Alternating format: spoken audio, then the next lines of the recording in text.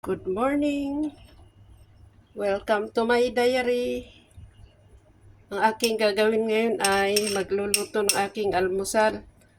Ang aking mga luto-luto dito sa aking channel ay mga simple-simple lang kasi ito lang kasi ang meron akong araw-araw na ginagawa. Mga routine-routine ba? So ito, yung natira namin na salmon.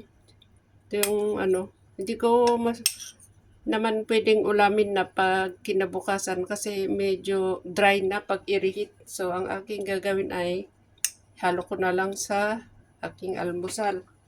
Ganyan. Parang marami ito kaya konti lang ang kasi nakakabusog naman pagka sobra. Yan, ganyan ko mash ng konti. Minsan hinahalo ko sa boiled na hard-boiled egg pero this time gusto ko yung ganitong style. Ayan, isang itlog lang.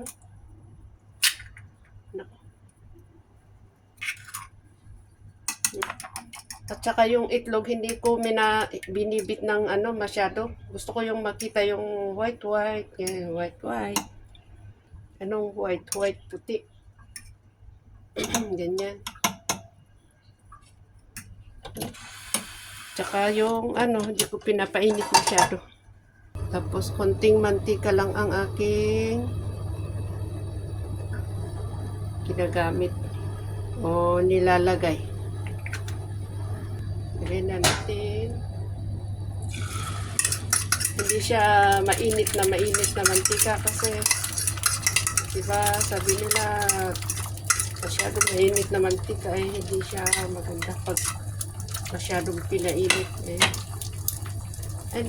wala naman yung yung white, yung puting itlog. Gusto ko yung may puti, may yellow, ganyan. Ganyan.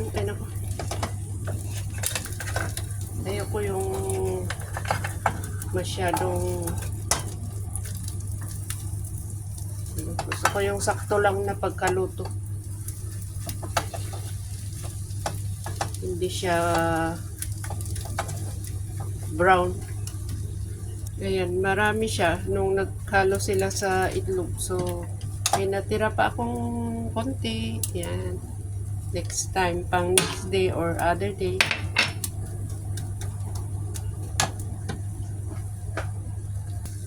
Okay, naluto na.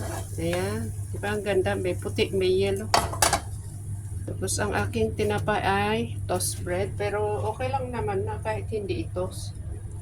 Tsaka hindi, pag ganito, hindi na ako naglalagay ng butter.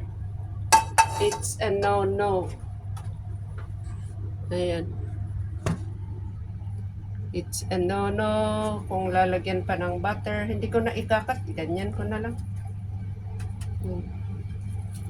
So, that's it. Ayan. Para mas maganda, hindi pwede natin tanggalan yun tapos ilagay natin ulit sa sa loob. Yan. Para hindi siya ayan.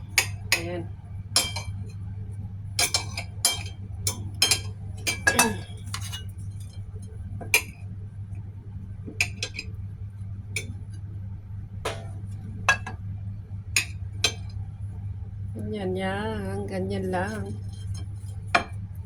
Yan. Simple lang kasi ako pwedeng slice pa ganyan, pwede din naman kainin na ganyan, pero ako, mas gusto ko yung slice, yung hatiin, para dagdag, parang masarap kasi pagka na-slice ng maganda, ng maayos. Yan.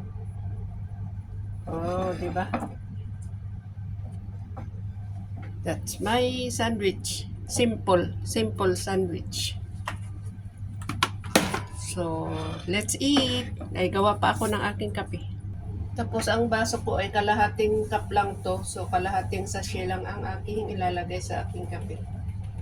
Kasi, masyado nang matapang. At saka, sinadya ko talaga na mag kape sa cup para hindi ko para limitado lang ang aking iinumin kape. Hanggang sa half cup lang, half sachet na kape. Ayan. Gusto ko lang. Kasi ayaw kong uminom ng buong, yung 1 cup talaga. At saka isang sachet na 3-in-1 kasi yan. Minsan din umiinom ako ng pure na kape para alternate ba. Okay, maraming salamat. Ay, magpakita pala ako. And ano bang nangyari sa aking cellphone? Tiyada, losyang ang lola. Bye-bye. Thank you so much, subscribers and viewers. Thank you.